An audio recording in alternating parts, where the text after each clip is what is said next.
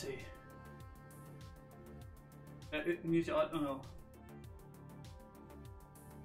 So, am I online?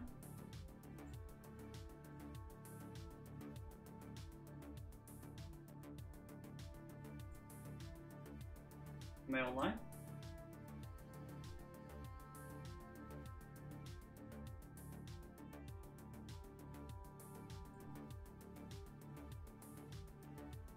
How do we do this? Right. Okay, cool. I can hear myself.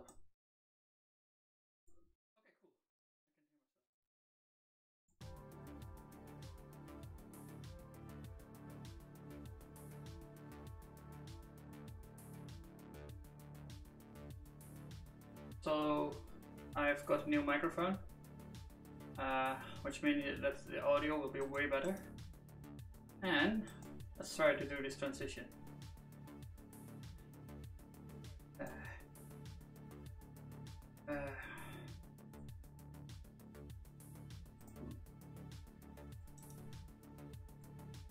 Oh look, I just need to add scene.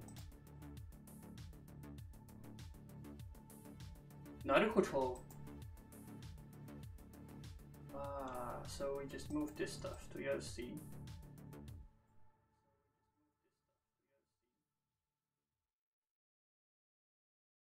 Yeah.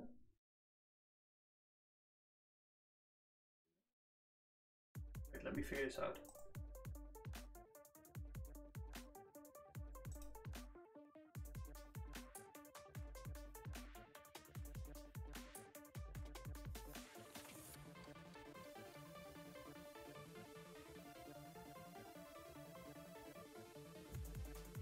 Any followers yet? Alright, alright. I'll be alone.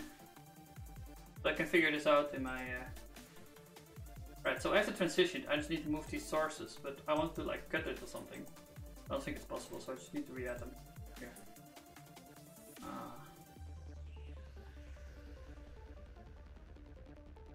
Yeah, that's fine. Oh, wait.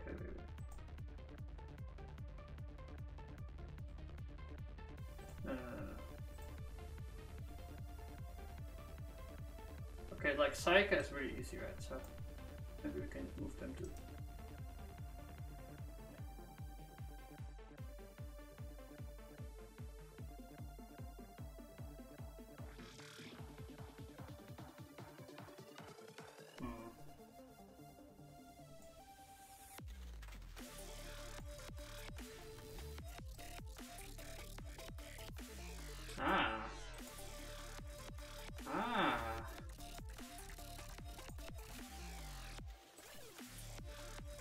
Look. We have the transition and we take like...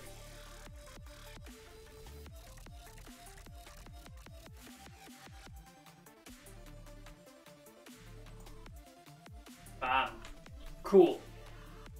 So yeah, I need a bit more time for this, actually. Because, yeah, my monitor's...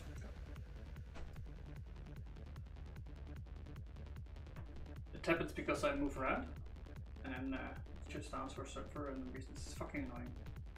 But yeah. The sound should be way better now. Because I have an external microphone.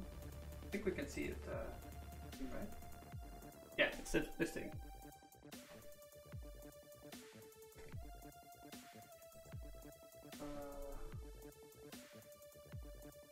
Yeah, I don't know how to do this nicely. Anyway, press the button. Audio levels, check that. So final step, click the transition button. And we're done, we're in business. So I opened up the people who are online. I think these are all bots, so that's not interesting. So basically nobody's viewing me right now. But I checked the stats and I had like 4 viewers in total last stream. Or, I mean, like, at the same time, at one point. So I'm going to places. And I thought about like, okay, maybe I should do some stream sniping, right? Like, look at what other people are doing, but I'm not in the mood for that. Let's just start hacking. Right, this thing. When I saw this last time, I was like, maybe I can't fix this in like 10 minutes. So we stopped here. Oh, I need to close the audio. Right, and I'm gonna keep this open because I wanna know how many people are watching. And also it gives me like a free viewer, myself. That's nice. No, we don't need to play it out. Right, okay, cool.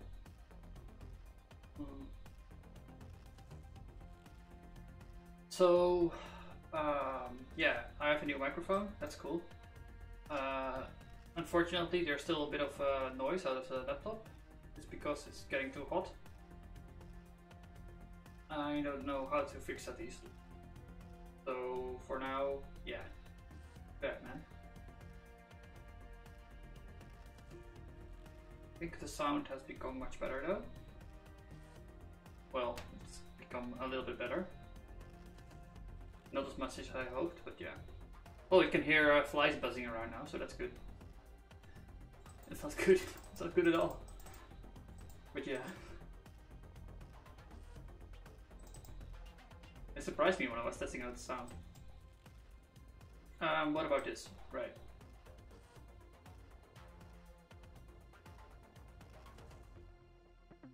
So... that makes no sense.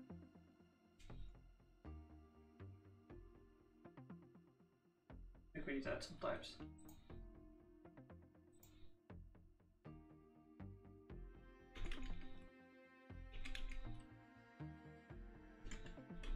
I think we can do this, right?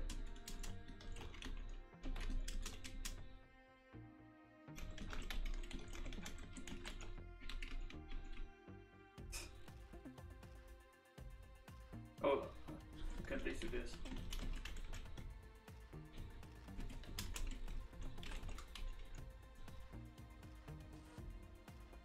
Right, and I was like watching these beginner stream at some point. And they were talking about how to pronounce this shit. How to pronounce the various operators. And they would like... They had names for this. Wait, like the monitor's being annoying again. Oh my god, just like... We should just move it a bit. Right, they would just they would say this is off type. Authenticated, off type. What do you call this then? I don't know. Fat arrow. In C# they call it fat arrow and it means something completely differently. Right, scope type variables. What I wanted.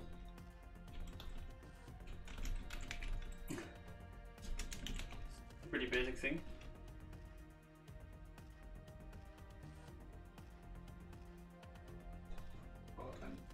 Really annoyed with the screen. I don't know why it's being so annoying. Maybe it's because of the microphone. Or just standing wrong or something, I don't know.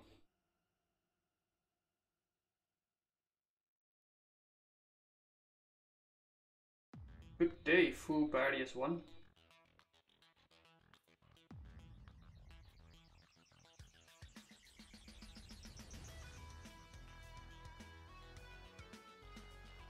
Oh, yo, text input.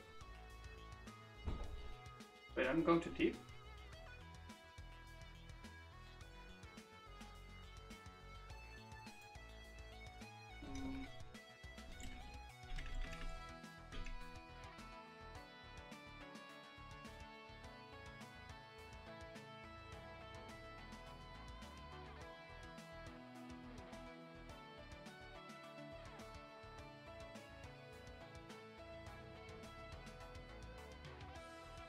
You're telling me your DOM text input with the polymorphic type dynamic T text? That makes no sense, man.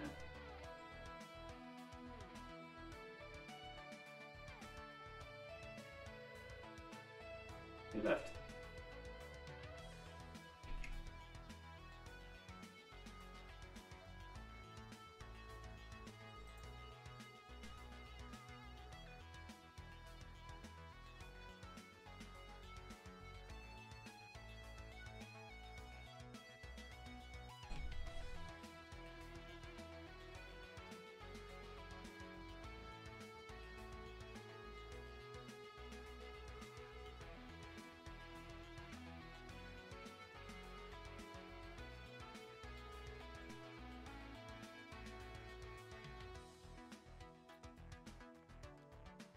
I know what the problem is.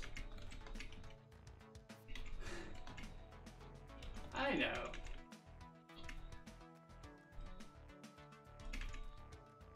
I just need to do this, okay? It's because I want to dip. I just need to go with the monad in this one. And then I can do this. Well. Yeah.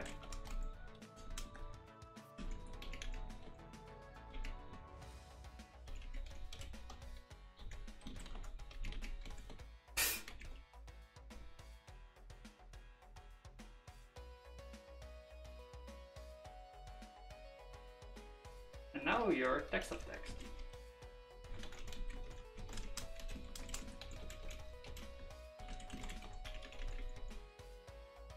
Oh, now you're like an A. I'm not sure what you are now.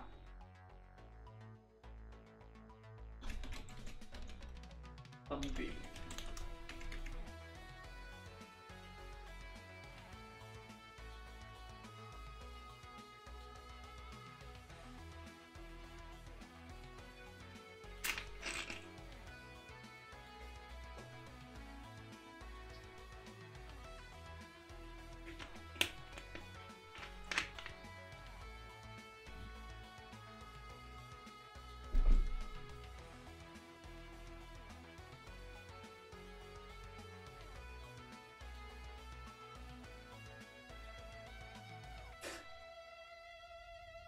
What the fuck?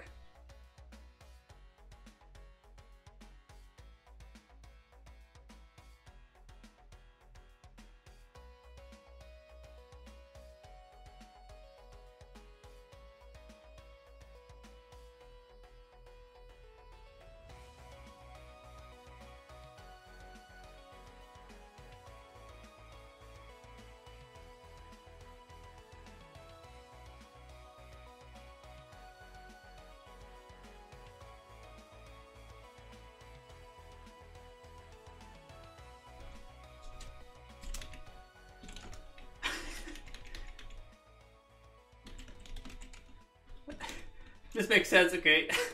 Just trust me. It's because like the ampersand is of type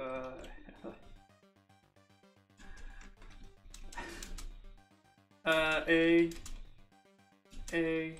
to B,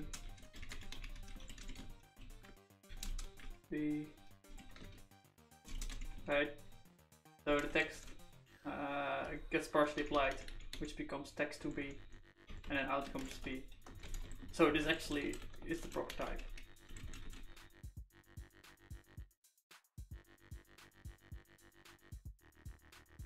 Oh my god.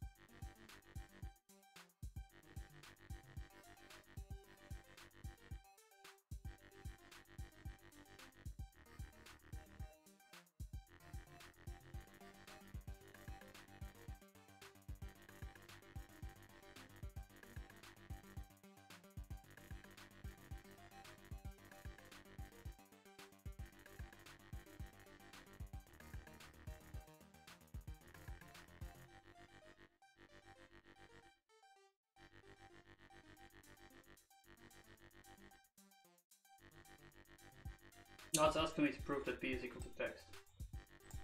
And I'm a little bit confused because we already know this, right?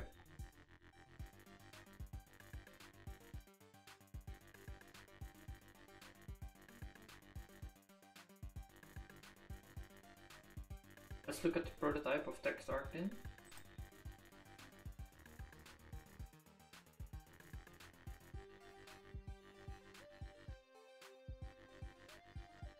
I don't think it's this. I think it's the other one.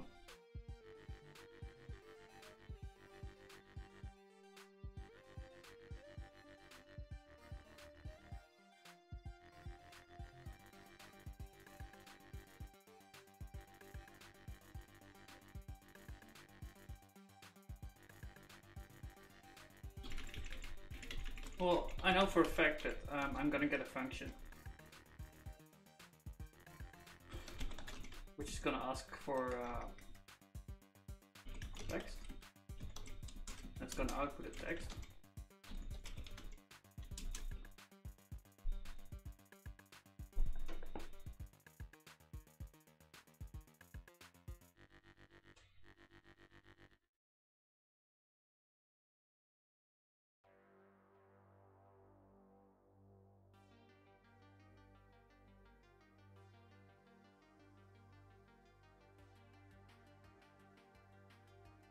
What is $sign?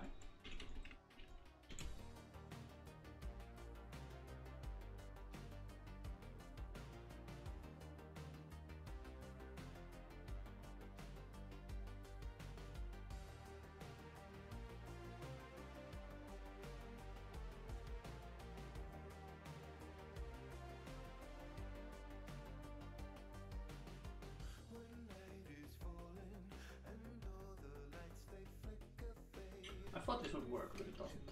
So let's just do it by hand. Like so we're gonna get a function. Well, you gotta get a value first, right? And get a function. And we need to supply the function to the value. I thought this is what M said it.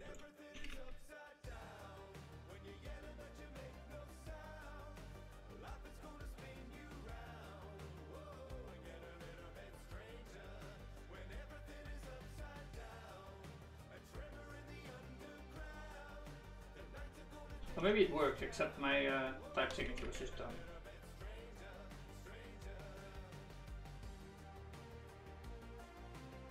Yeah, it's just delete type. Haskell's way cleverer than I am, so just let him figure it out.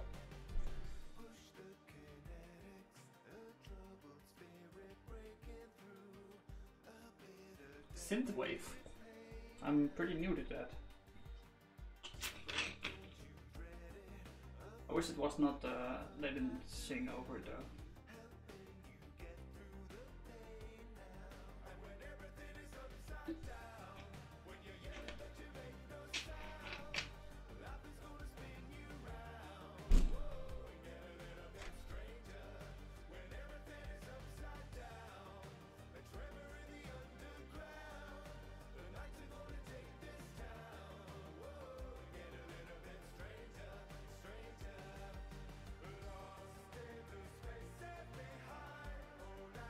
Okay, let's forget about the drop mountains.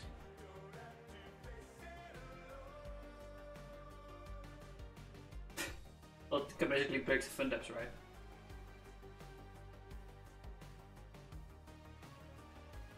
Oh, like, maybe...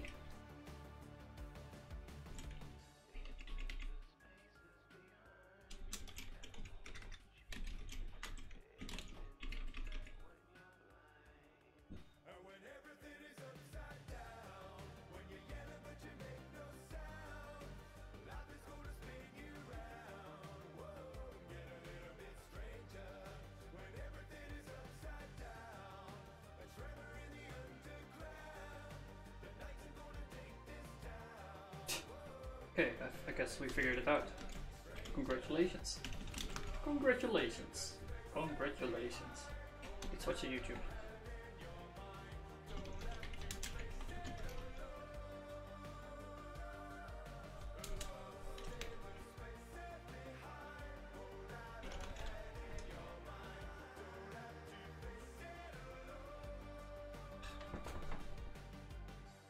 Congratulations. Congratulations.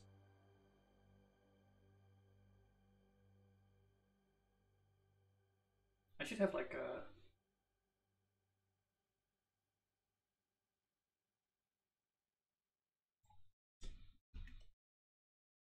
Okay, congratulations, man.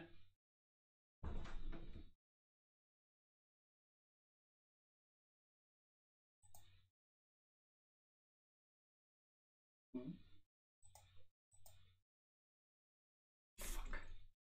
Okay, what the hell? pretzel, they say it's this click. Screen is so fucking annoying, really.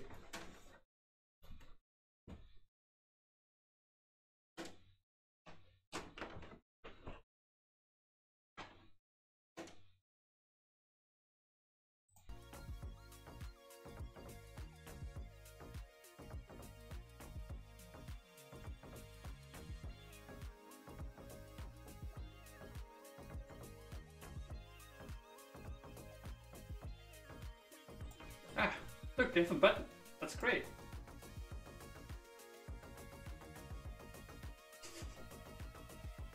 Tons of people must hate audio. And maybe more people were watching. What the hell?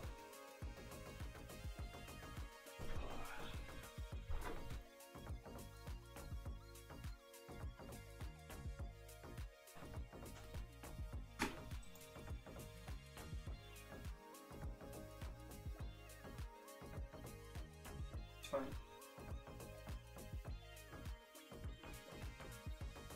Yeah, we're gonna compile everything now.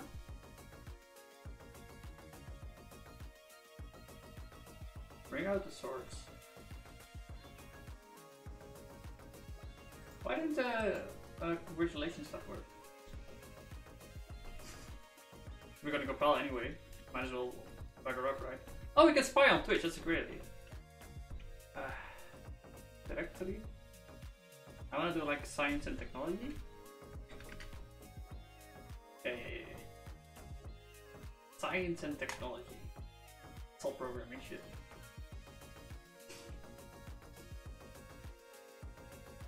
This one is weird, right? The only thing they do is JavaScript. Let's have a look.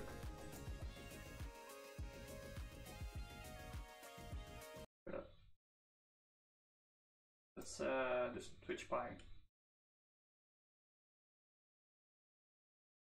So like these guys are like doing this little tech startup, I suppose, and they're streaming everything. Kind of like me, except they don't like Haskell, I suppose. They like React. Is it React? It's like React. Yeah. Is it React? I thought they were doing the other thing. Like a Vue or something. Anyway, they inspired me. Why wouldn't I? You know, except use a better language. And like, maybe try to build something that is actually not, well, I'm not really sure how this would work as a business. Well, it's a lot of code though. Well, you get a lot of code with JavaScript. It's open source. Let's see if it's finished compiling. No!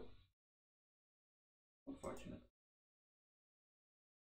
Yeah, this guy, the fellow Haskeller, except he's into C now.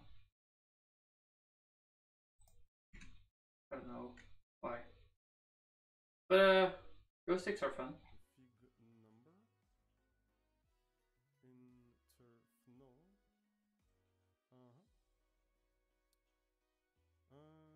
And USB device, and inside of USB device we can actually do some stuff, and here actually we can The old print line debugging. I love it. Actually register it with our own custom data. Anyway, compile limit. Input device, we have to use grab USB keyboards. So let's look for something else. Please don't do that. This. Motor mount and engine install.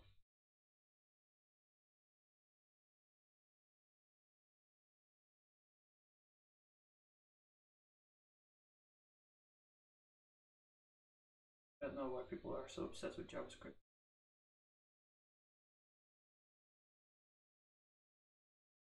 Actually, I have like a lot of JavaScript integration stuff. a little bit. Because this stuff is actually running in the browser, so you know, you're gonna get that point where shit doesn't work on Edge. You need to fix it. And yeah, that's fun. I forgot where it was though. Oh, I know. It's in the magical this thing.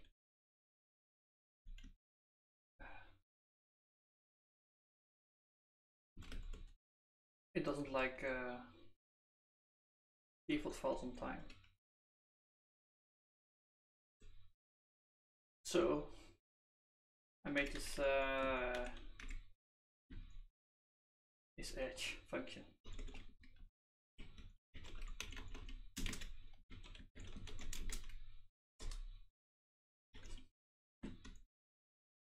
Which is just a bunch of JavaScript. So this is how you do Haskell and JavaScript together.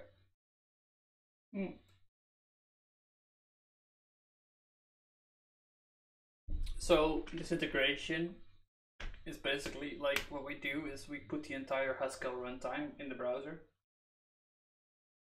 And then we have this monad in which we can just push a bunch of strings basically to the JavaScript virtual machine and say to JavaScript, hey, go do this. And we expect an output from them. In this case it's res, which may be a value. And if it's not a value, then we just say it's not Edge apparently. And we log. That's nice. This is actually a bug, but we can't do proper errors because we're in JavaScript. We should probably use something like Raven, but well, Raven people for some reason didn't make a Haskell client in the browser. I don't know why. It's horrible. Why didn't they do that? Why they are catering for the 0.2% people who may want to have once googled for Haskell tutorial and then gave up? What's going on? Good day, Paratatonik. Oh, the music is off. Let's have some music. Yeah, I'm waiting for the thing to compile. I was just showing off my JavaScript inside my Haskell codebase, which is running in the browser. Goodbye. Well, that was interesting. I don't know why they don't stick around if I call them out.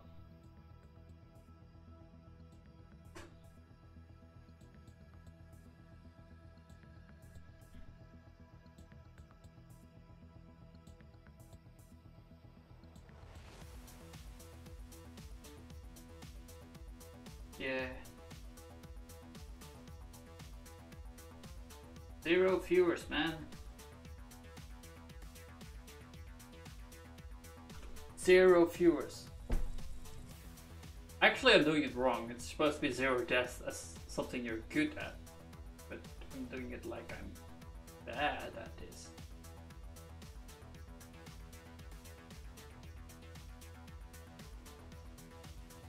Damn it. PewDiePie, you tricked me.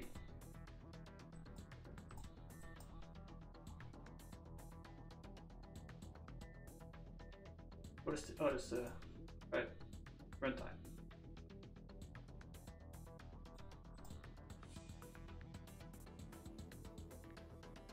What does that mean? Oh, it's the right.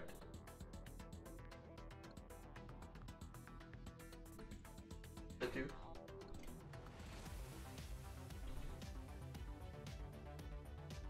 Hooray! I need to finish. I figure out a way to speed up compilation times. This thing. Build server? Build server.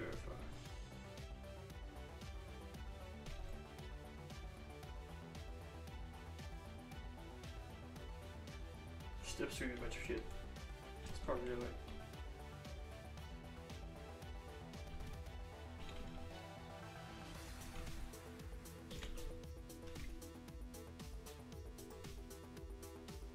not go there, actually.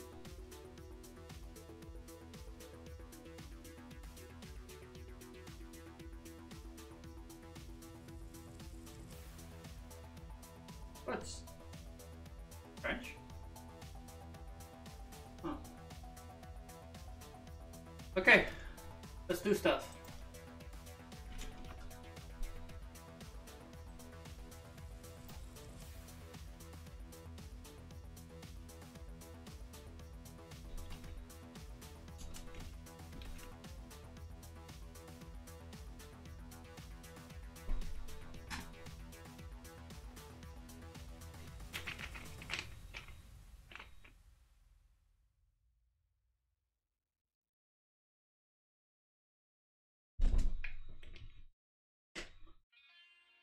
So, I don't know what the proper way of replacing everything is now.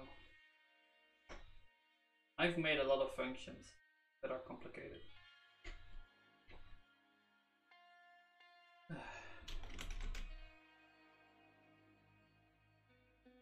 Well, that's not good. What hasn't finished yet? Fine.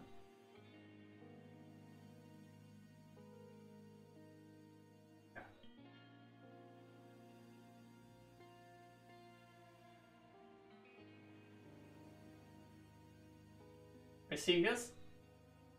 Spells work.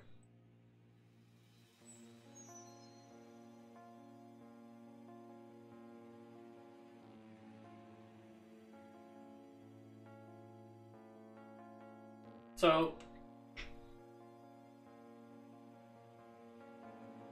in case of the leftmost press, we use this thing.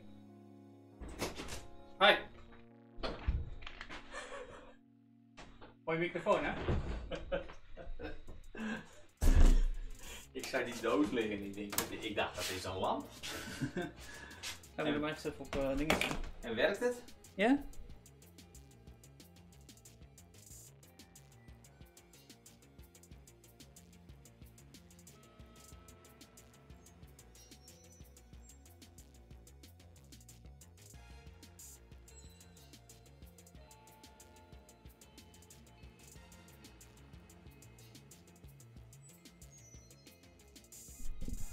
Dan kun je er praten.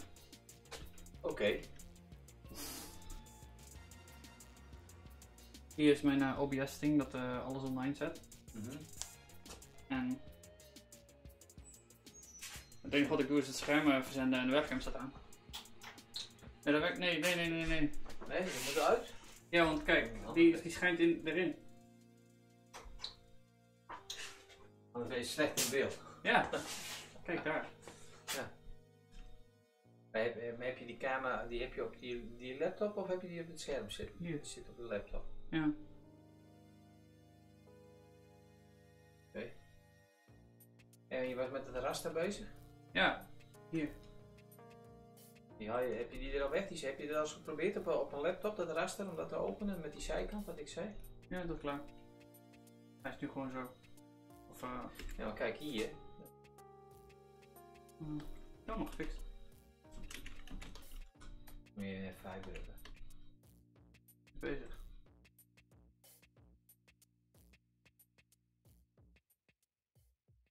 Maar hij is heel langzaam nu omdat ik hier Steam aan heb. Dat is heel zwaar voor dat ding. Waarvoor? Voor je laptop? Of, Ja. Maakt een vet veel lawaai. Een microfoon, man. Net of jij een artiest bent of zoiets. Zo duur was hij niet hoor, 200 euro. 200 euro? Ja. Ik ging er 30 euro af. Maar wat wil je met dat ding dan? Met andere collega's praten of zoiets dan? Dus Ja, bijvoorbeeld, dat is ook wel handig. Hij zit hier nou wel dan. In ieder geval, als hij kleiner wordt, dan gaat hij eronder. Maar dan komt hij eronder. Ja, ik had hem op 1920 gezet. Dus misschien is er net 1 pixel te veel dat ik heb. Ja. Als ik hem op... ja, dit is te veel. Dan gaat hij daarheen. Of ik moet hem... ja. Dan gaan we zo'n stuk omhoog als je dat... Nee, hij slaat hem op. Dat is wel heel irritant. Het beeld af en toe even uitvalt. Waarom valt het uit dan? Ja, want het bureau beweegt. Dus ze doen niet aan de staartafel blijkbaar bij Philips. Dat het bureau beweegt? Dus Ja, ik denk het. Als je een beetje beweegt, dan komt die connectors, die zitten niet helemaal goed denk ik waarschijnlijk. Ja, In jouw laptop of in het scherm. Dat gebeurt bij allebei dus. Dat gebeurt bij alle twee. Ja. Middag was hij nog goed. Nu geeft hij steeds daar een beetje uit. Als je hem nou naar boven, je snapt hier wel, als je dan in de planningen zit. Het idee was dat hij eronder gaat dan. Nu zet hij er niet overheen.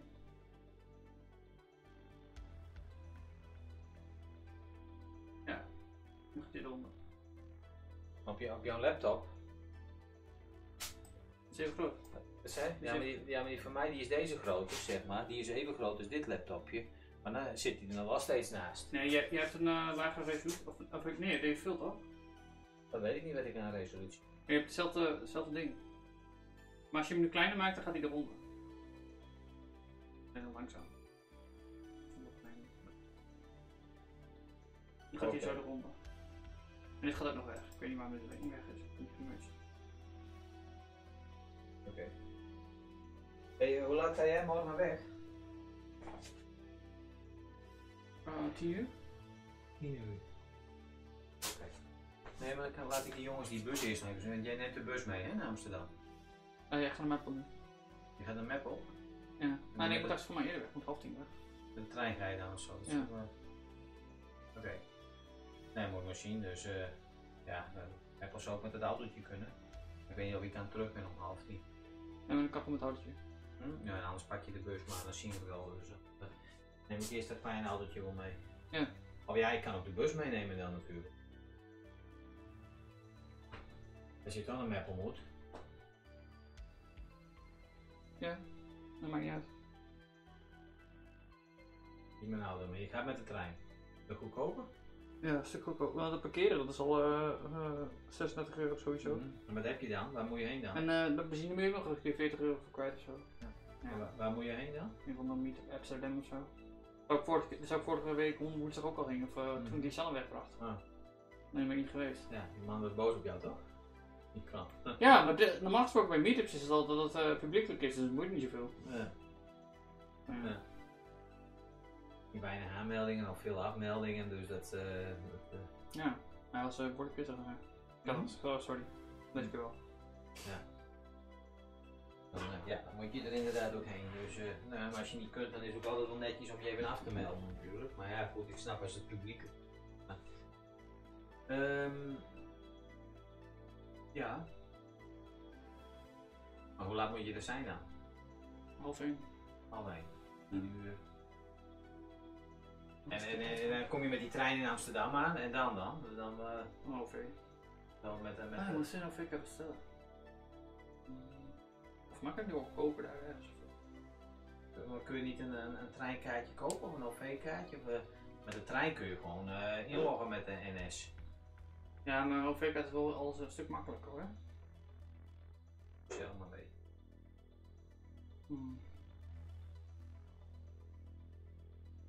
Nou, we zijn klaar.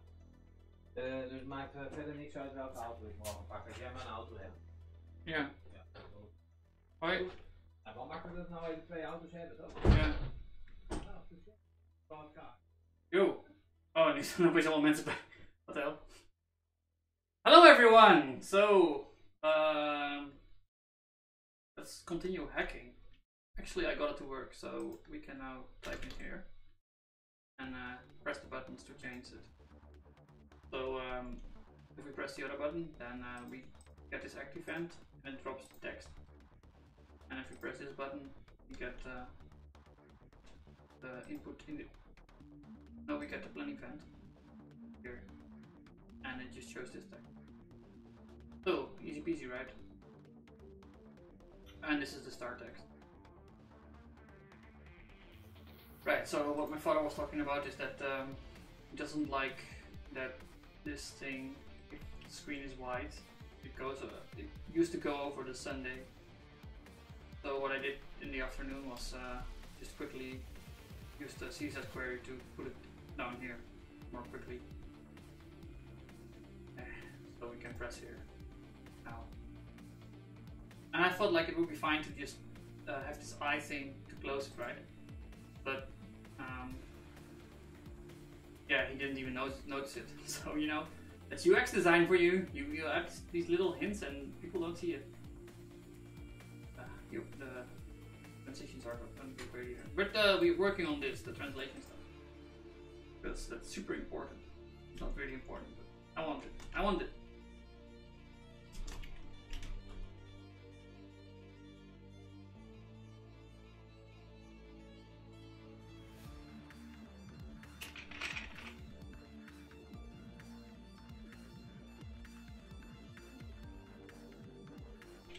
Actually, am I recording audio? Yeah, cool. Okay, let's continue. Yeah, so this works, and now we can start actually implementing it. Where to start even, man? Just delete language. We'll see what explodes. Sounds like a great idea. Let's delete language. Who cares? Delete language. You sure you want to delete language?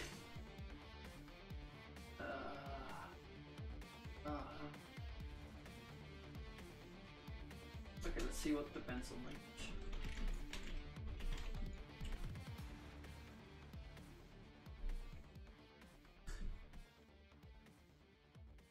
Right, so this is one of the primary monads I'm using, and depends on language.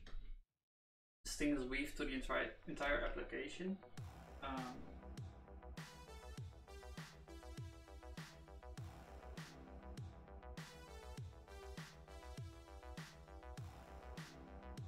I think we should delete this first, and it will break everything that uses language from the bottom up. And once we finish fixing the compile errors, everything should work. And like, I'm confident everything can work because this is the most complex use case I can think of, and we made it work here in this little example. So like, we can just do this. We can just break the entire app and fix all compile errors. It'll be fine. I'm pretty sure we won't get stuck. Pretty sure. Reasonably sure. Yeah, let's commit first. Let's commit first and merge again with master because I think I messed up with my merging before.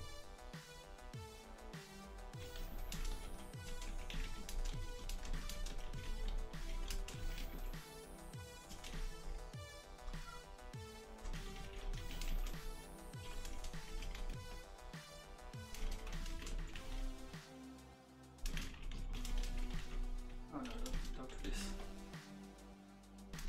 Yeah, I messed up.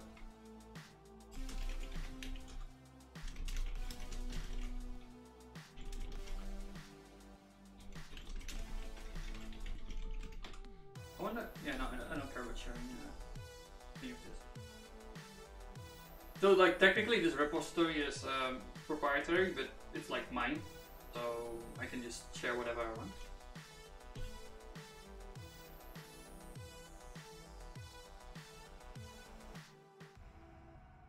Oh no.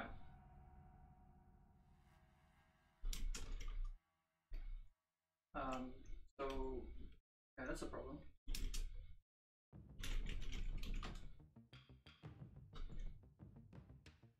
And welcome to... I don't know what this is. This is like Emacs FimDiff. Okay, it's a thing.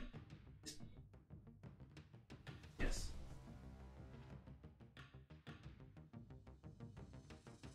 And it actually works really bad on hard mode, so we expand it. Bad.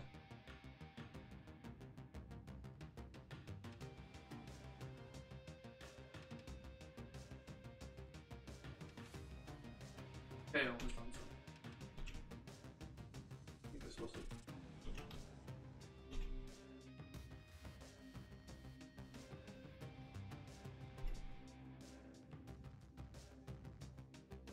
Retarded. Wants to do the window. I don't use Windows. I use Daemon, but you know.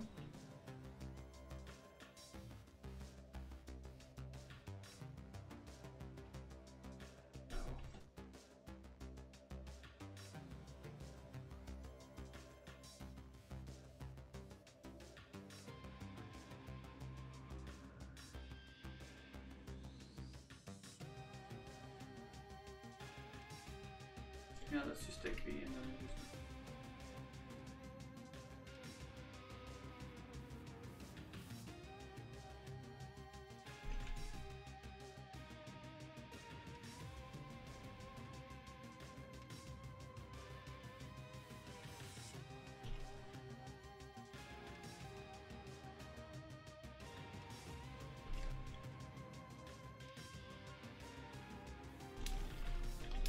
Merge complete.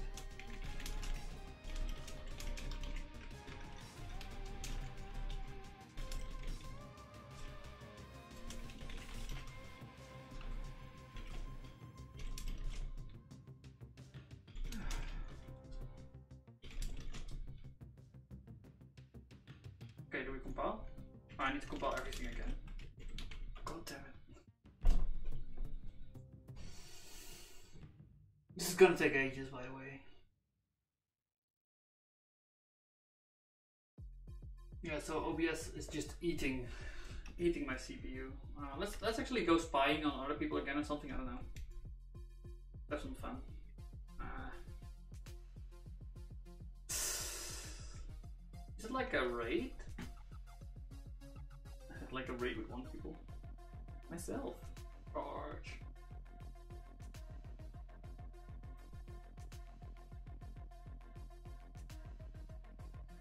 It's faster now. Oh no, this is the GT one. GTGS will be much slower.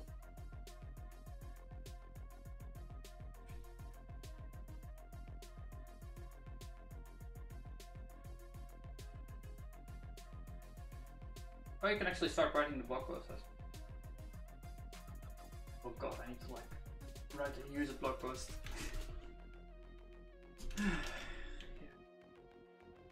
Yeah, this is online, by the way. So, welcome to my GitHub thing. I'm gonna write a blog post about type level translation, but it is already kind of a line in here. But I don't consider this published, but technically, yeah, it is. So I kind of wrote some shit about this. Like the old way of doing things, my struggles with oh this stuff is beautiful, by the way. Like, do I have a link to his homepage?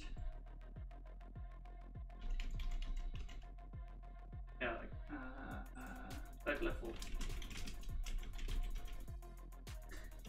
You should see this.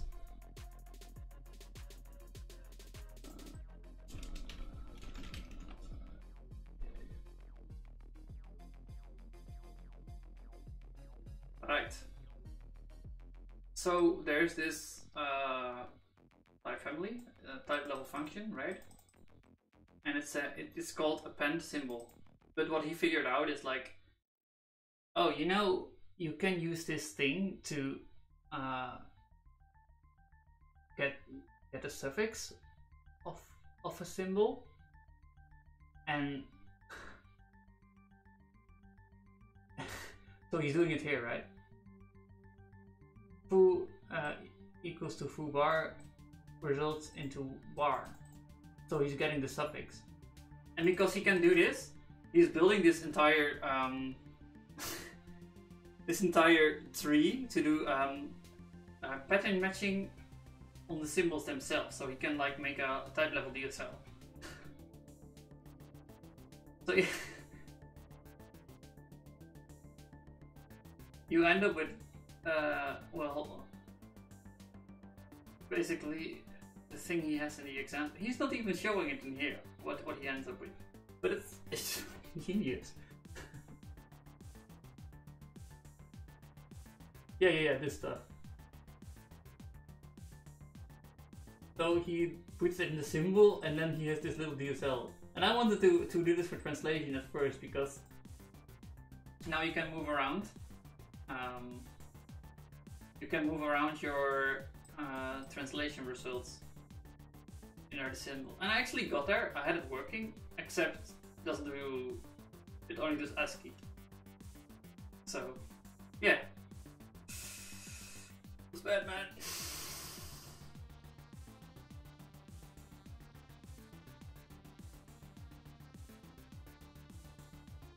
Did you please finish? What is it, the experiment? Unit. I even wrote unit tests. Aren't I amazing? Why would you run unit tests?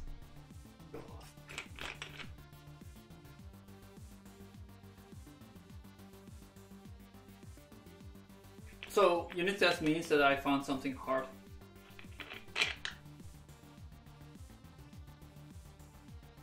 So hard that the effort of actually figuring it out was easier with tests.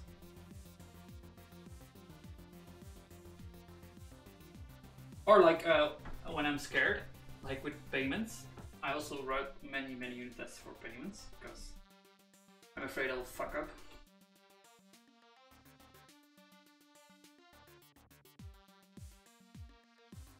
Like a little bit of a little confidence boost. You get unit tests, and then you can say like, I know my code works because I had some unit tests, and then you find some other brick and some other weird little combinatorial crap, and then yeah, there are unit tests. Like you're arguing with the computer. I have my unit tests. Why are you telling me my code doesn't work? My unit tests are truth. Yeah, I know, the computer is unforgiving, man. It doesn't care if you wrote a unit test. It doesn't care. Or you get like these, so you compiled against the unit test, and then somehow someone made a fuck up during deployment, and the code you're running in deployment is different than the code you tested against. This could also happen. You know, that's why I use Nix, and I fully trusted they figured it out. They could never write bugs, right? Someone's always gonna muck up. Let's do some rating. Oh, that's probably what rating is then. Like, I just got in the mood to do this when I was thinking about Twitch. Yeah, the directory. Just like look at what other people are doing. Oh, it's not. Do I have any music? Oh yeah. Cool. Yeah, this one is weird. I mean, I think these guys are just mainly focused on writing code. Because like the thing they're proud of is not how many customers they have, but how many lines of code they wrote as a community. Which, you know, I mean, I suppose you would like fetishizing having more code, but I try to avoid code because it sucks. Is it running? Oh, you go, guys. I'm rooting for any startup, basically. I hope you'll get rich. That would be amazing. It would be like completely followed on Twitch, right? Not like me. I just like step into this halfway.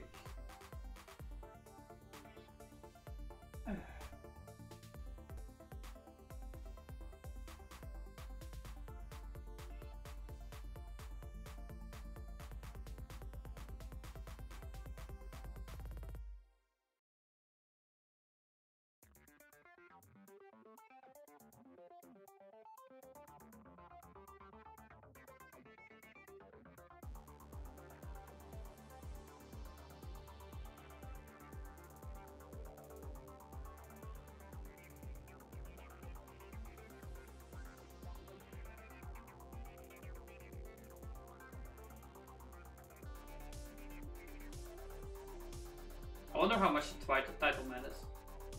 Maybe just a screen, right?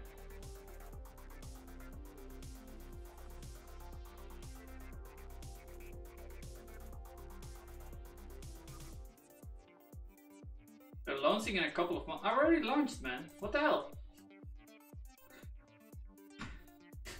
Why did you just launch immediately?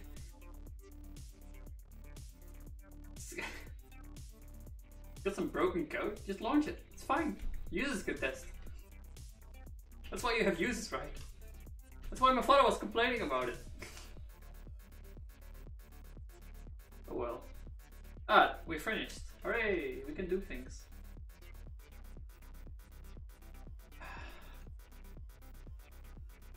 Right, we merged. That's good. So, let's implement this shit then. We're gonna do this API thing. Oh, actually, maybe I wanna make a thing that lists it automatically. Make like a type level smart constructor, maybe. Some more time ambiguity things. That sounds good.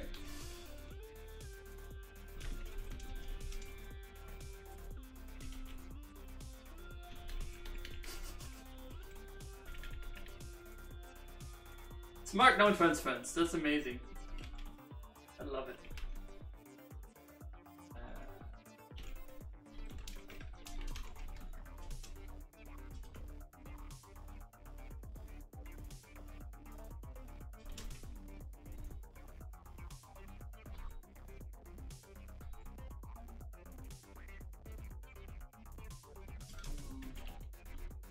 It's my Emacs. Oh, it's fine. It's fine, it's fine, don't worry. Fine. Yeah, so there's no instant trans thing, right? Yeah, we're gonna automatically do the proxy stuff. Yeah.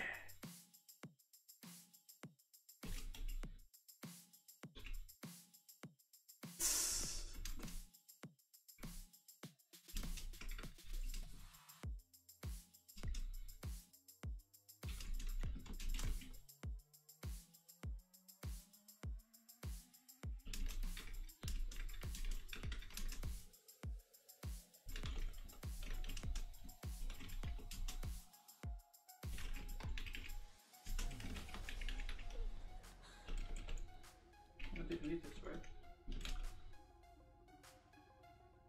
Maybe. Oh, it's still building. No! I thought we were finished. What did I do? What happened?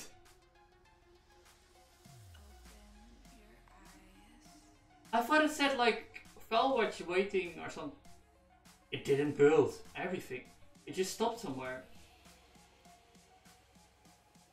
Ah! I thought we were done.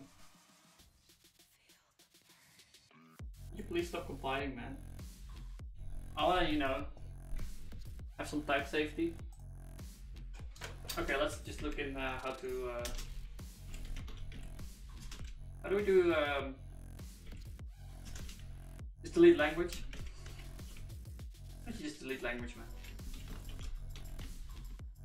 So this is the old way of doing things. We're gonna kill it.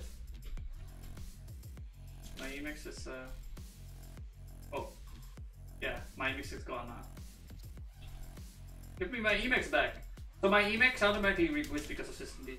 Thanks, systemd.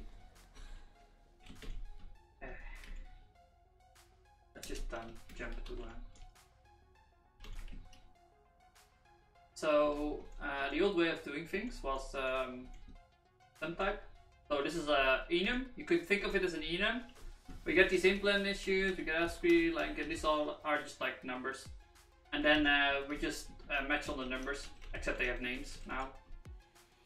And then you get like a string out of it, right? Simple. But what we're doing now is, yeah, what are we doing now? We go to the body.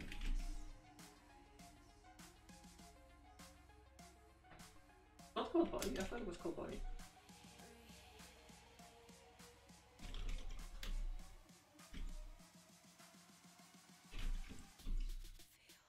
Wait, what? I need to invalidate cast name. Yeah, it is. So we have the base language called English. Some people may know it. And oh, I can prove you that we have a base language called English in the default thing. No, default. Let's invalidate cast.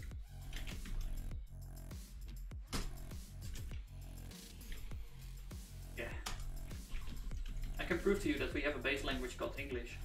So if we have any symbol that's in English, we just take it. We don't do anything. And if we have Dutch, then we need to do case by case. So the pattern matching becomes direct. We don't have this intermediate construct called an enum anymore. We just have the symbol. And what we also have is like a way of combining it with variables. So we get these function things, as you can see here. So we say to this like, okay, I have this plentifant press, and then I'm expecting a text, and we're filling up this text with the input din. And then we're finally showing this thing that can change inputs and combining it here. And this is all the power we need, I think. I think that's why we're implementing it first and then upstreaming it. Because actually the original API I used was not that, it wasn't flexible enough. But we're getting there slowly. It took me like 2 days. But yeah, we're gonna delete language once it's finished compiling. Yeah, I want to delete language. Just delete it. No, I need to have the translations. Because I'm kind of dumb and dyslexic. So if I need to rewrite everything, then I'm gonna have many more spelling errors. Okay, let's start with env then. No, let's delete. Let's reduce language. Let's just get rid of this thing. Yeah, let's get a translate. So we still keep the strings around, but we can't use this translate function anymore. That's the way. That's the way, guys. We just get rid of our message to text function, and because this sum type thing is actually messages, we can't use it anymore at all through the entire app. Amazing. And then like our compiler will complain so much. It will be glorious. And like every time it complains, we will be clever and fix it the right way. So this is like called type fuck up driven development. You basically break your app at some kind of root, and then fix everything through the type checker. And it's a very powerful way of doing things. Oh, I fucked up. Yeah, this is also type driven development. I even call it TD, so what the hell? It rhymes. Not in scope fun. You can have fun. Yeah, let's look how the smart constructor works. This should work.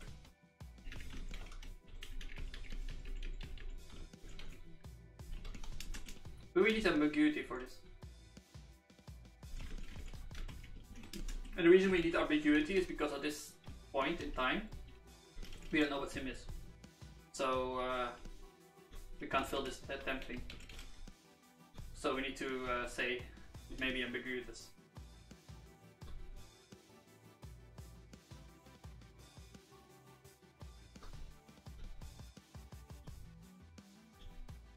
I'm gonna...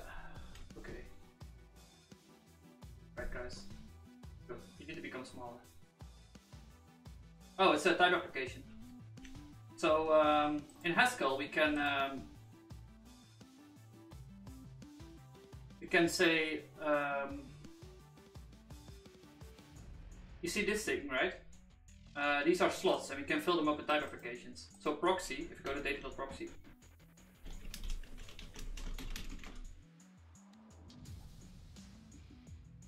as this T, and I'm filling it up now with temp. So now I'm using this type application to fill up this sim thing, which may be the wrong way around. Wait. Yeah, that's definitely the wrong way around. So thank you. So now I'm filling up the temp thing, standing for not template. It's a long story. I mucked up in the previous stream a lot and I flipped the names, and now it's everywhere flipped. So yeah, but it's temp, and you may.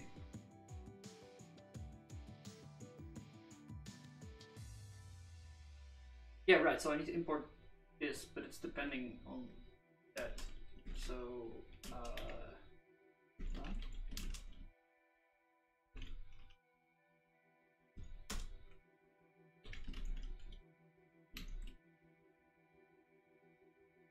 this thing. Wait, you're depending on that, right? Yeah. This one. So we're gonna move this. This is pretty much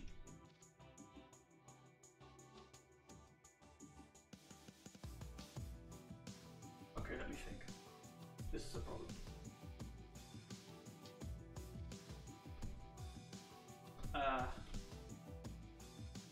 So we get like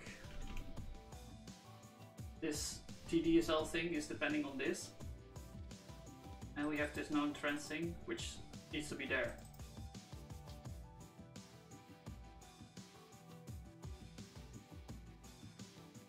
Wait, what?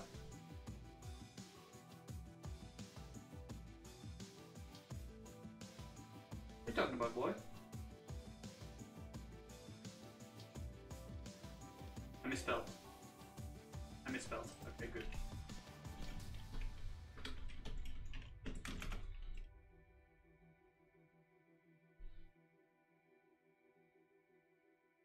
Yeah, just so dollar sign is a magical operator.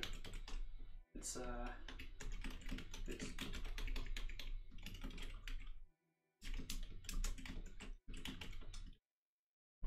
anyway, I needed to do this because I'm a Haskell programmer, man. I need to use symbols. It's what my senior developer told me once. He was very clever. Senior? Mentor? Yeah, mentor.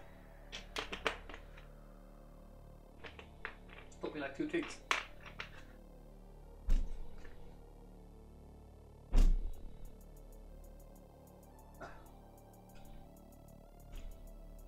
So if you get it to the warnings, you're always happy because it means everything fails. At least in that module. Yes, warnings! And they're usually easy to fix, so that's great. You can always turn them off, so that's even better.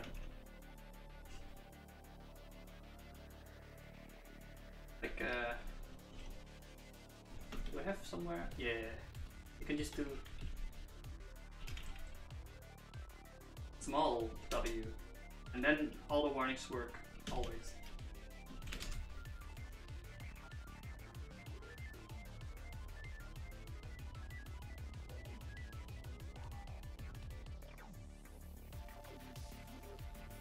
Yeah, we're gonna delete this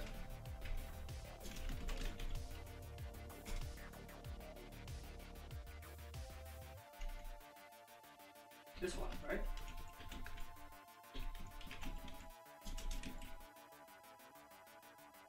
Yeah, and also fix format. This is weird. And leave it alone too. Let's do one at a time. Do the hard one first. I think the other one will fall in place.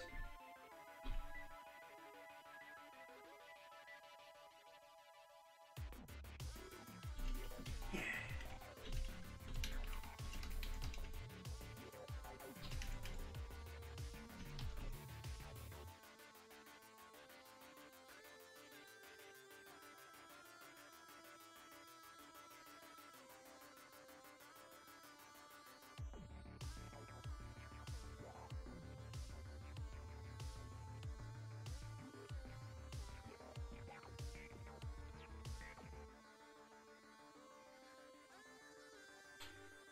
So,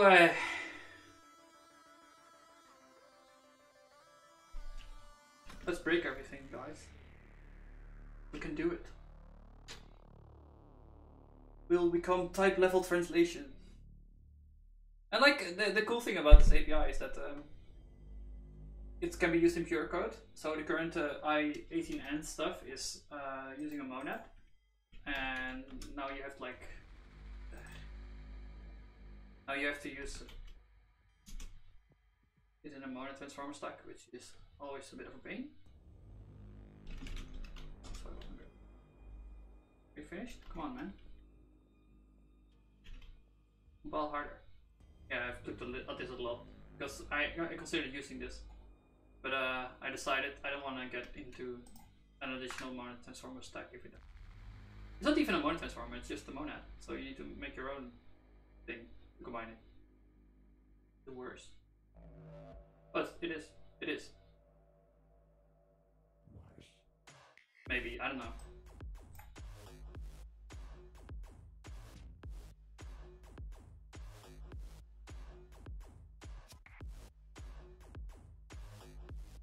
I think so. No, it's filled up, right? Oh, you make your own because you can just do this stuff, right?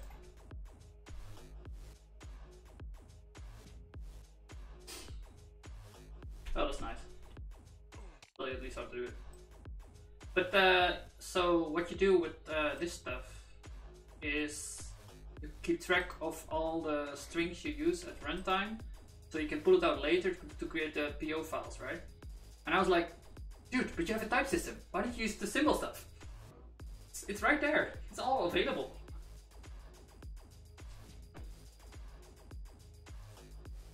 Like, no runtime cost. I want to have my app to be fast. I want my app to be fast. That's not the reason, but it's mostly spelling. And you know, I'm very bilingual, so why not? Why not do the type level?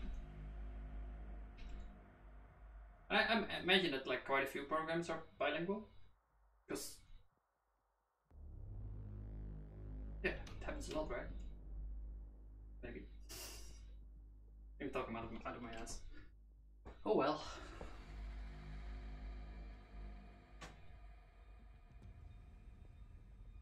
So, at the sword fighting commands. This context. Text? What is text? What? Why? Text is text. What is this? That's it's the hash map of all the things. Probably also. I was thinking like you can make like a type level ticks and just store all the translations and look them up like that, but let's not get too excited. But I thought it was like some type level function. It's a template Haskell you can use to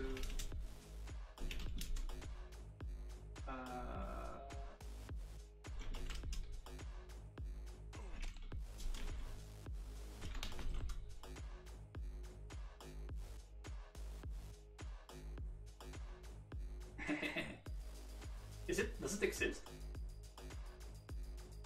Oh, cool.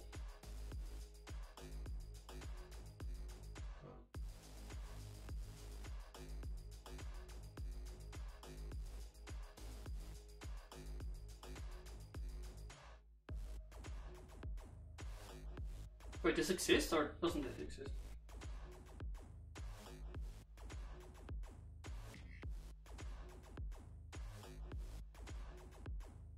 Hey, it would be nice if you guys did it, man.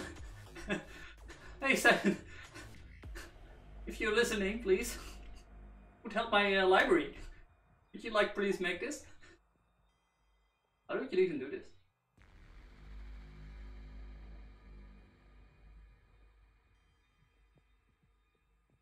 Yeah, this is what I'm doing, right? I'm having type family instances. And then if you have this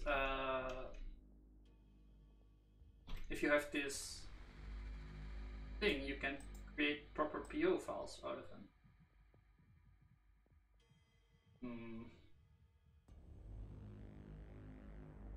Does it reduce compilation time? But not using this instead of monad? I think the monad would be faster. I don't know. For compilation speed. I'm not sure how expensive type families are. I don't think they're. Or the template Haskell, yeah, of course. Template. This is all template. Like this is the lens stuff, right? You're seeing here, and it's bad. I'm not gonna do the template Haskell now or anytime soon. But I was just thinking. Then you can create like PO files and send it to proper translators and stuff. Still, that's not really the source of truth, because it would be this stuff in front of it.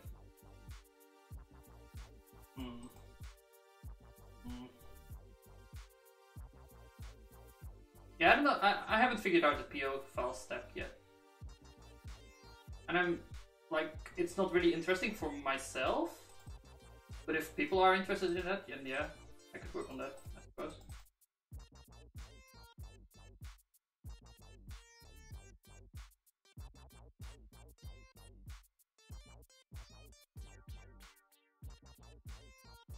Yeah, template Haskell is bad.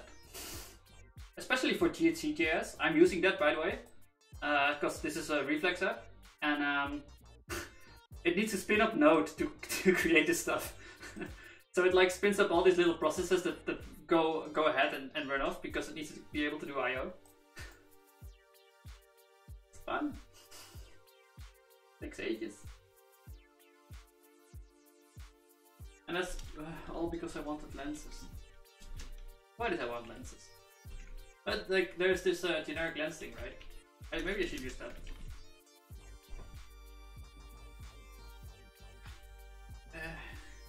But it's even more type level stuff.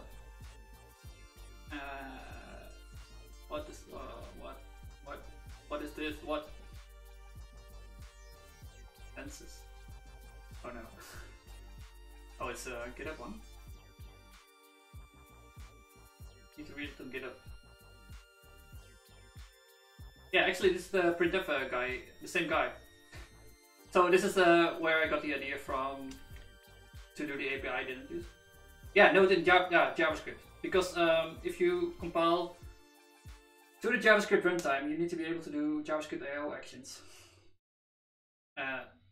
GHC.js means compile Haskell to JavaScript, and that's what I'm doing.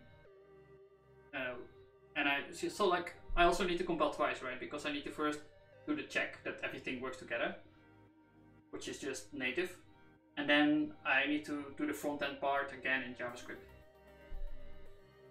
Well, this is for any Reflex app.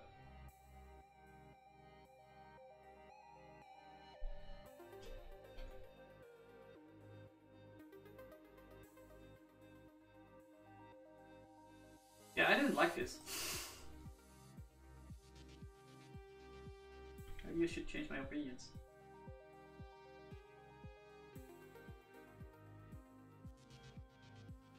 So, how often am I doing this?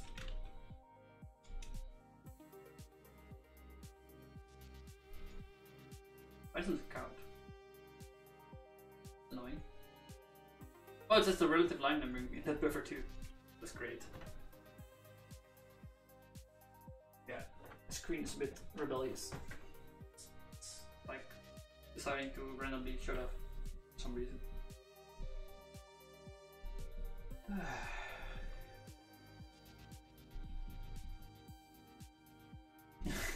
Oh, by the way, I'm using grenades.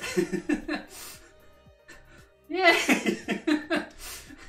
I'm not using it for anything right now, but I wanna. And it compiles. So grenade is like type level neural networks. You know, that's a thing with dependent types and the linear algebra brackets. Lots of fun. I'm not really sure why they don't work. I don't know that much about that, and Yeah, it's fun. Wait, is this my code? Oh no, this is the. Yeah, this is my code. Wait, what am I doing?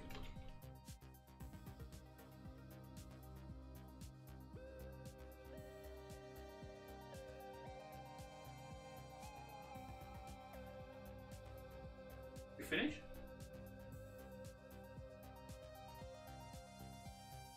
Just save that line thing, by the way.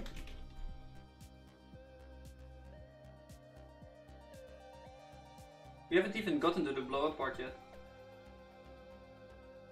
I wanna blow up, man. Okay, let's blow up, guys. We can do it. Come on, gamers. We can do it.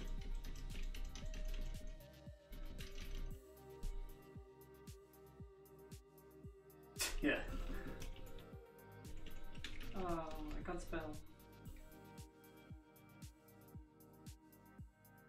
Oh, this is like I was thinking. It's just a useless sentence, man. I'm gonna delete this, by the way. Why am I doing this?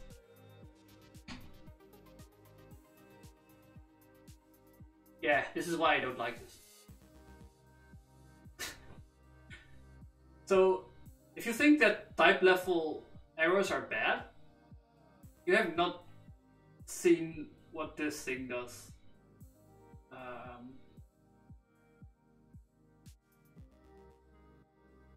Let's just.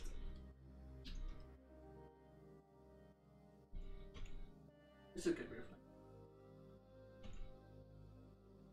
Oh yeah. Because like this thing, it's implementing. So look at the right bottom, right? You see that's 721, and we jump up 296. So that's like 500 lines. And it's just dumping the entire source of it. Actually, now I think about it, I don't need to do this. I just leave this out, right? It's fine.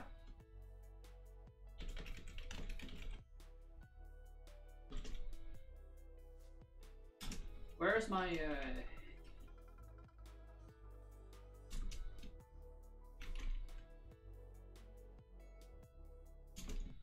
I don't remember how to do this.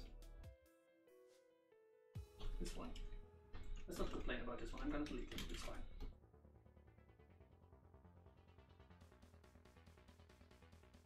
Yeah. It's, I want to keep these strings around because I can't spell. So I'm just gonna copy them later.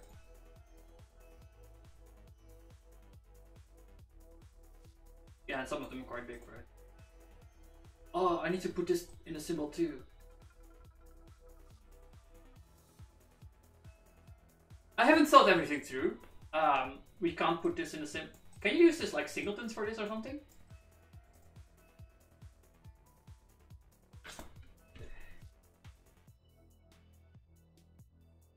Yeah, nice. Okay. It's just one of the root components. Oh, it's like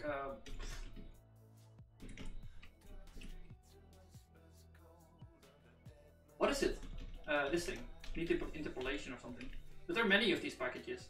They just use quasi-quoter to say, yeah, your text now. And then you can just do that. But I was thinking, like, I can't use it anymore because maybe you should write one for them. For I wonder if you can do. Wait, what? I wonder if you can do. If you can do the quasi-quoter for type instances, right? Because I'm doing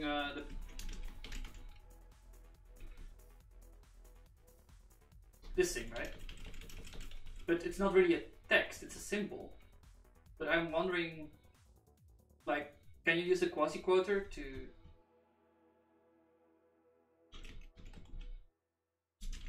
I just Google it.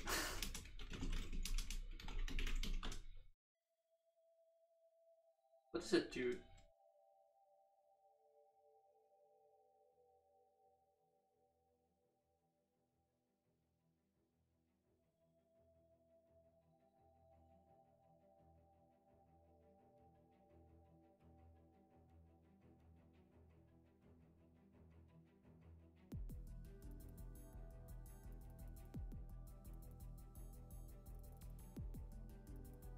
just producing text or what? Can you produce? Can you produce anything? You can produce anything. I'm fine with it.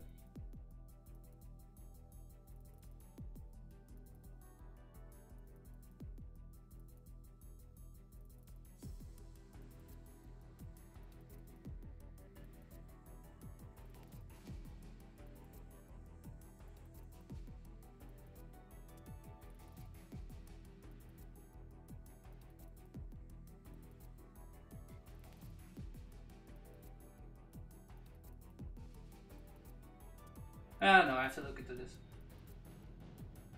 Yeah, this is the package I'm using. See what they do. The best way to learn Haskell is look at other people's Haskell. Quote.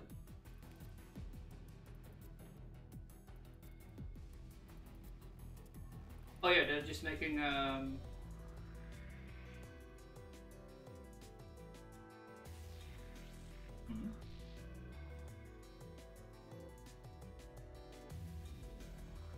quote expression. From this string, we're gonna make a Q expression.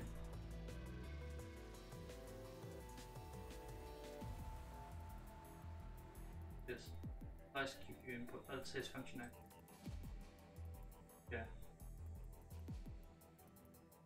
Sorry, it's just formatting or something.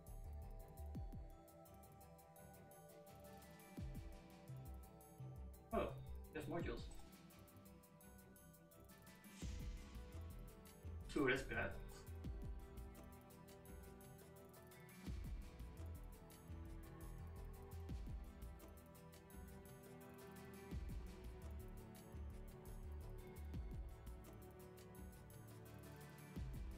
Yeah, I don't know.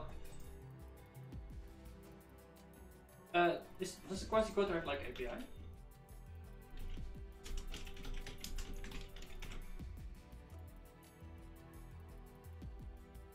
Oh, that's better.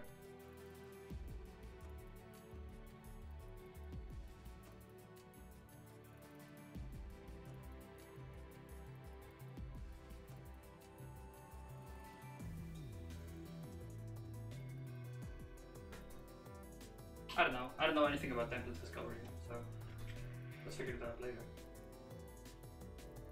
Just fix it case by case. And we can do this ugly, right? Just jam it all in one line. It's fine. Because HTML will do it anyway, right?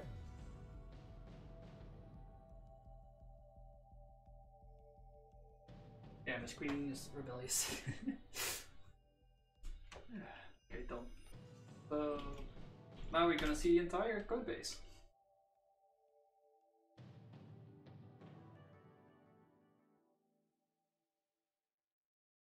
Right, so now we're getting a dynamic message. Yeah, we can just delete this function. Because we implemented it. It just makes no sense. But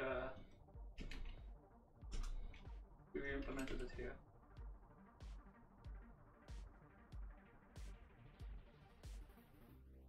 Actually, like this is the same power, because this message thing could also accept arguments. So,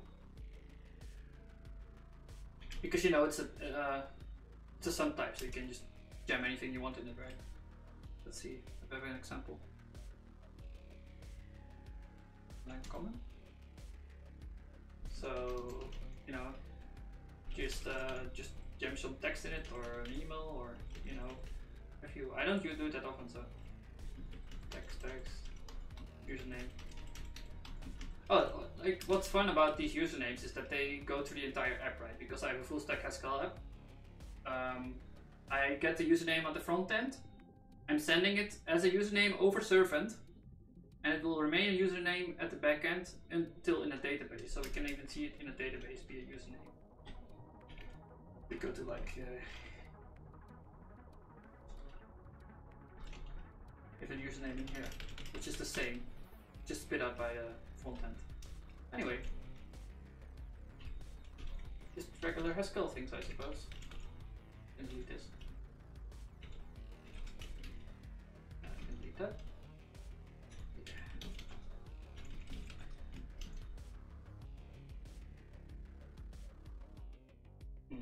I'm just exporting everything.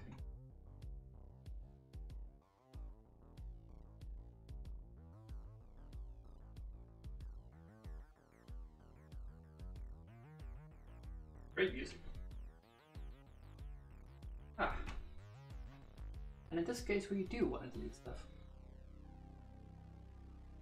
Right, so that two upper stuff I already did here. And this is just lens into the text, take the first letter, and then apply two upper to it. So everything is capitalized. Because, you know, I forget things. And that's bad. People, well, I don't think people complain about capitalization, but now they won't complain anyway. I wish there was something like this for spelling. If like a lens for spelling, spell errors, fix them.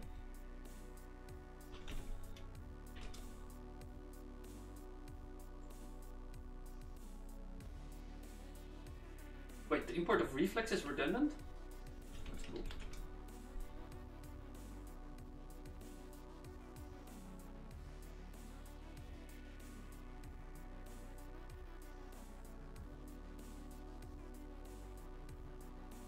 So this is the first phase of blowing up. It's gonna be really bad.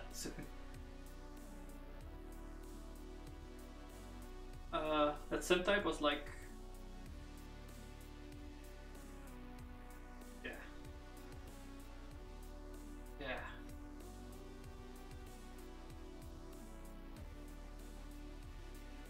This is the backend. What?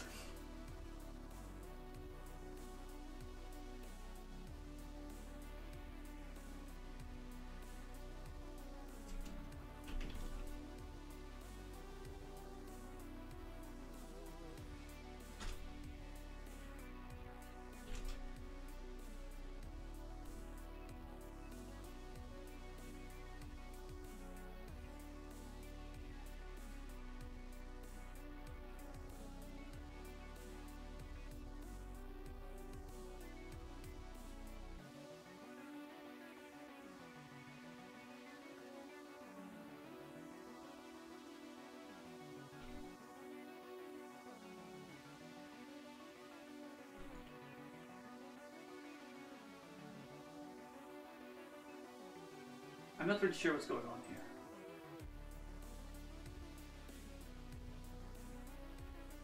Oh.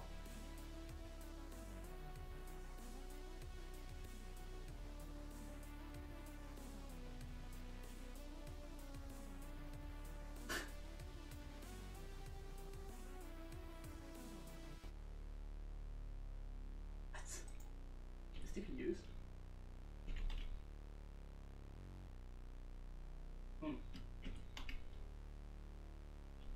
Let's use the better line. Another one. You're exporting everything. Oh, it's the other one, right? We need ambiguity in our lives.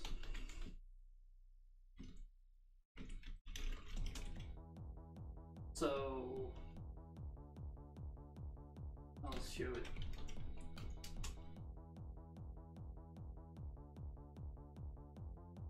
I just realized I can use the translate one from default. Or no, from I can use this thing. Because you're not even doing this, right? Just making a touch anyway. Yeah, that's fine.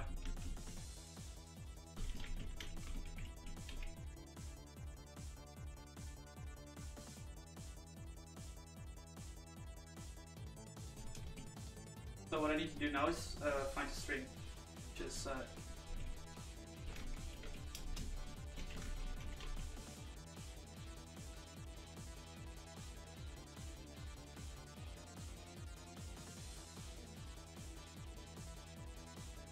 oh, you can be fun. Cool. So this thing expects an email. I suppose we can just show it.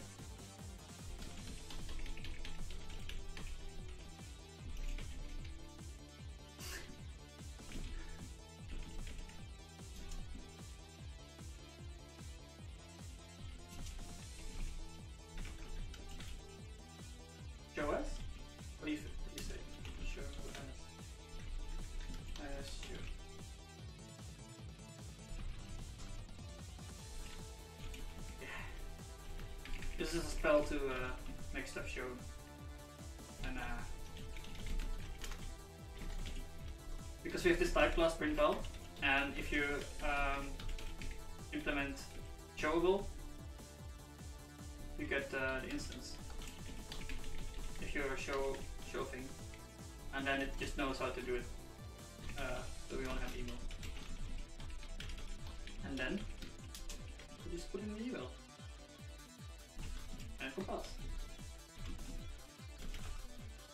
At least I hope. You never know. Oh, sorry, Mike.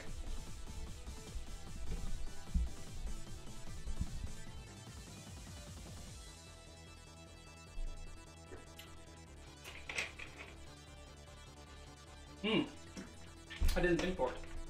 What a fool I am.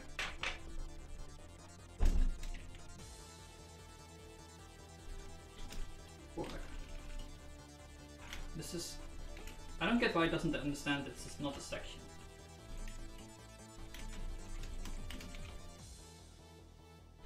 Why?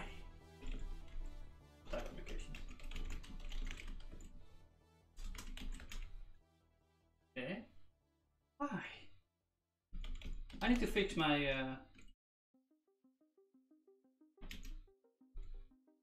I think that one re-exports it out. Don't you? You should.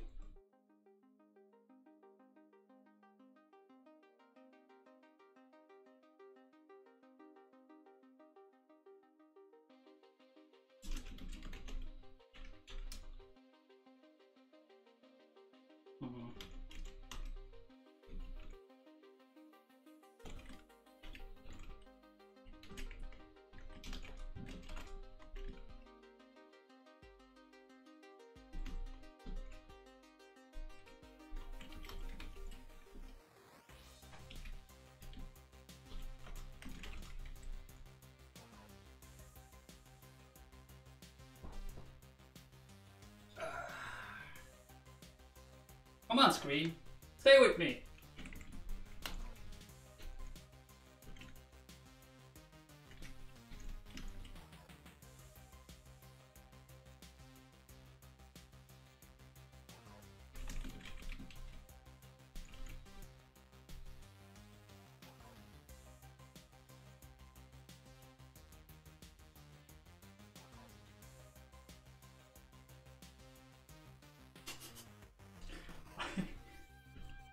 Another thing I want to enable globally.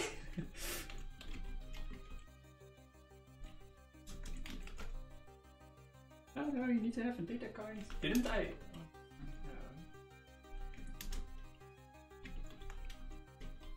Okay, let's see. I probably don't want to enable it globally at the back end because I don't expect it to be used a lot. But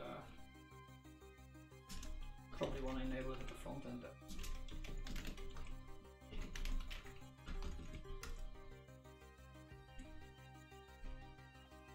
What, type operators? That's the one?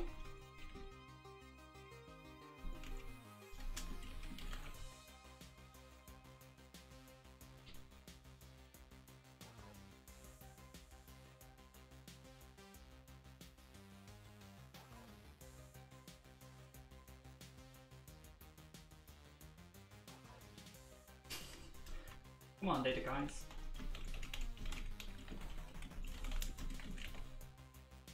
I'm using this quite a lot actually. Ah, now it works. That still was the problem.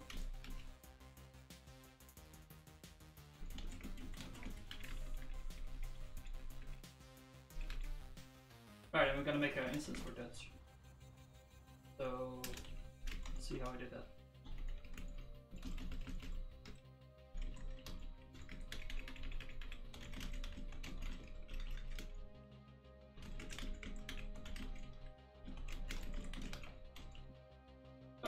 Fine.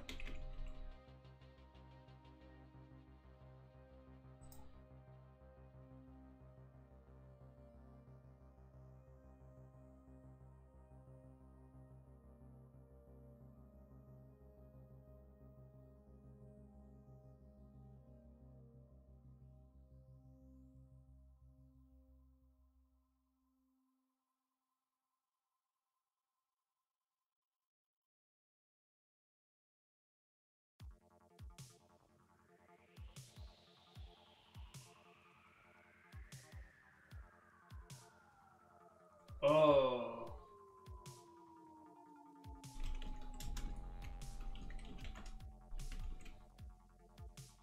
I thought I just needed text, but I don't.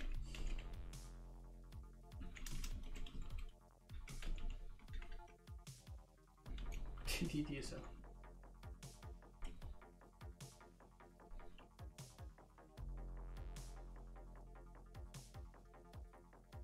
We need ambiguity.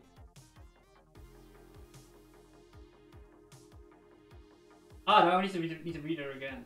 Okay, this is annoying. Yeah, that's fine.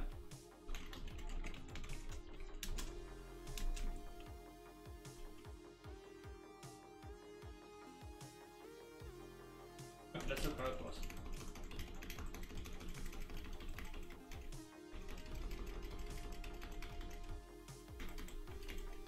Yeah, there. Now let's redo everything.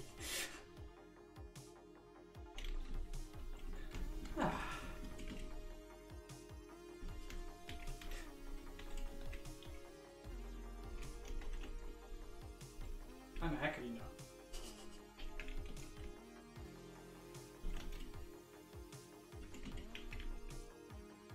Yeah.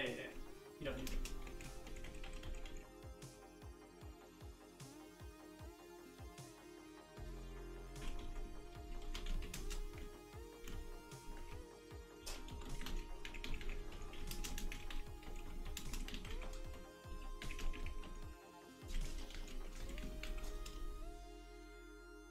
It goes around, Fine.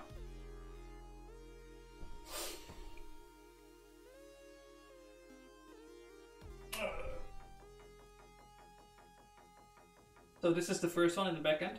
I wouldn't have expected this to show up in the backend, but what do you do?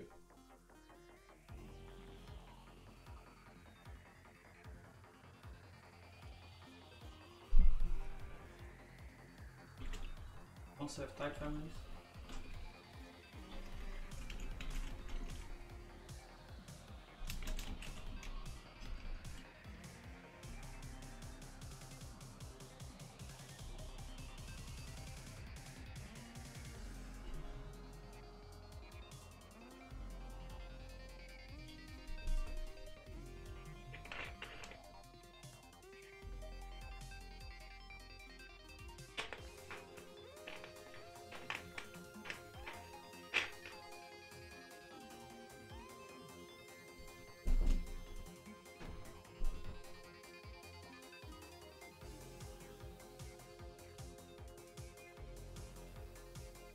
What is language now, anyway?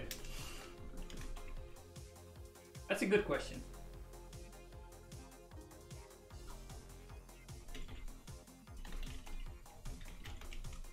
What are you? What are you? You're a lang tag.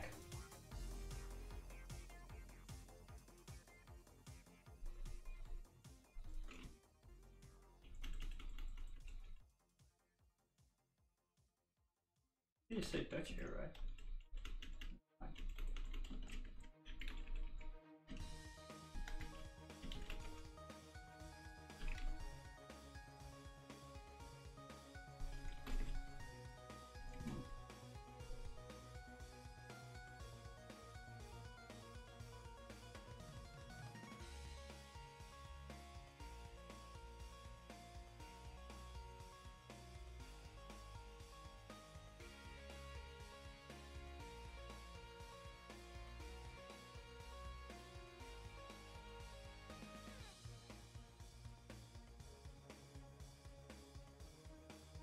Actually, I don't want to do a show email.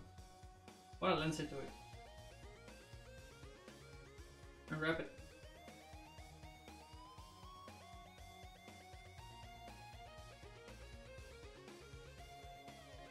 L Dutch. Thank you.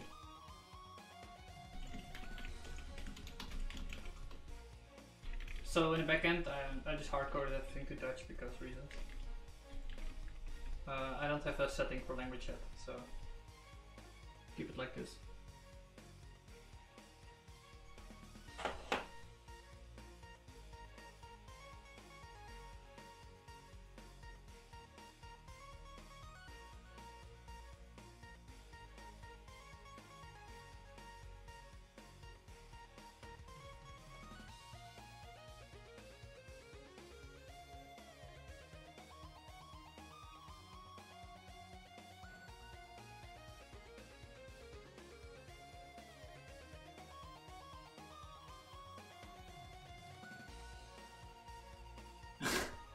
Wrong order, man. Wrong order.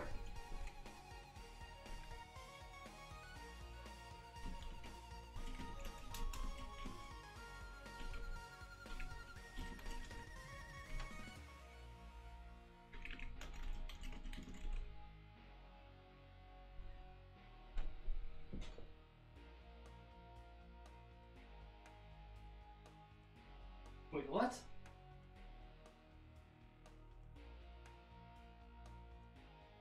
Oh no! This not doesn't sound. No. It needs to be text art. Yeah.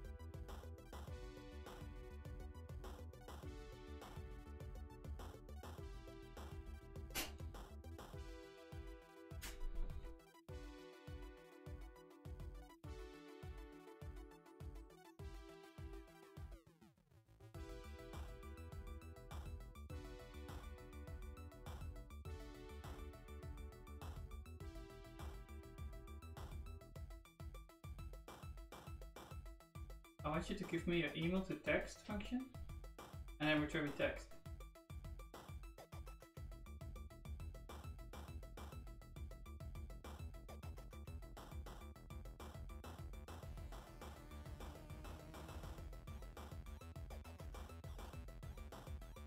Right. So we need to do the waste thing, right?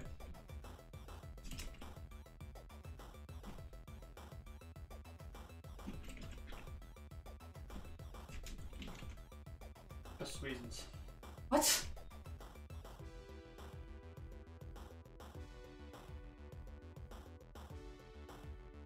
I impressed myself.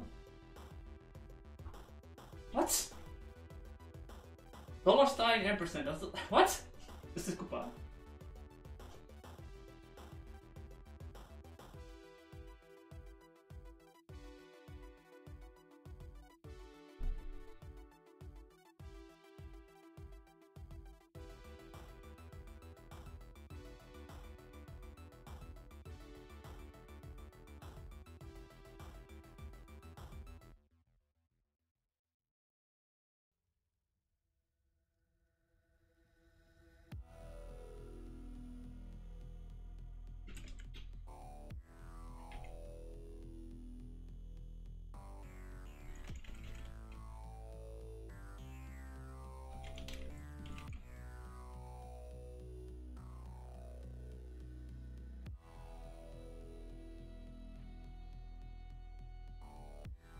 Actually, I just make an instance print file for email.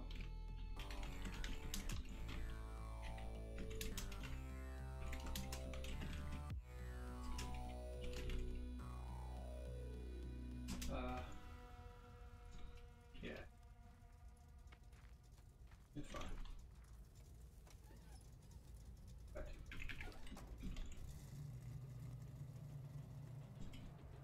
language. Email.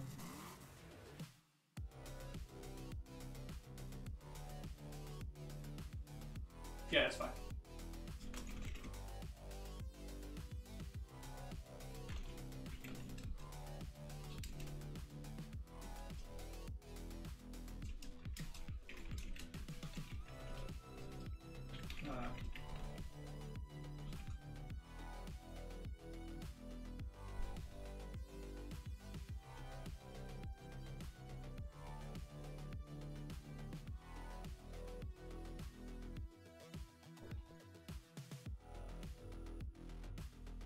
I should put it with email. Maybe, yeah. That's a good idea. Why not?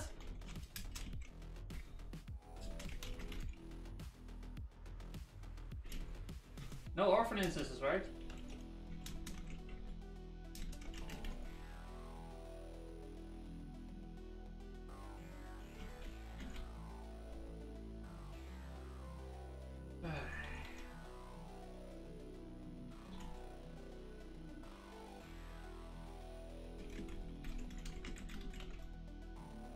Lenses, yeah. Nice.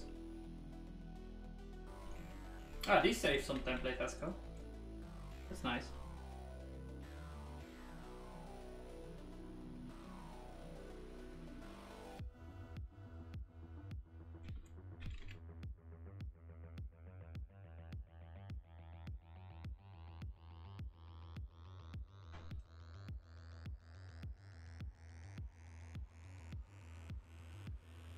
Oh no. Stupid screen.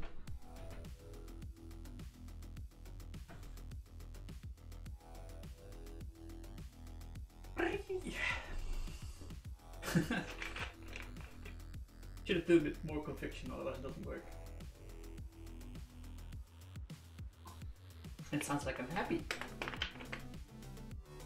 Whereas I'm very angry at screen.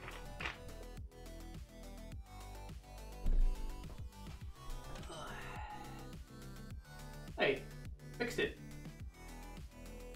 Yeah. So, I think I'm gonna sleep now because it's getting late and I need to go to early tomorrow. I'll be hacking Thursday again.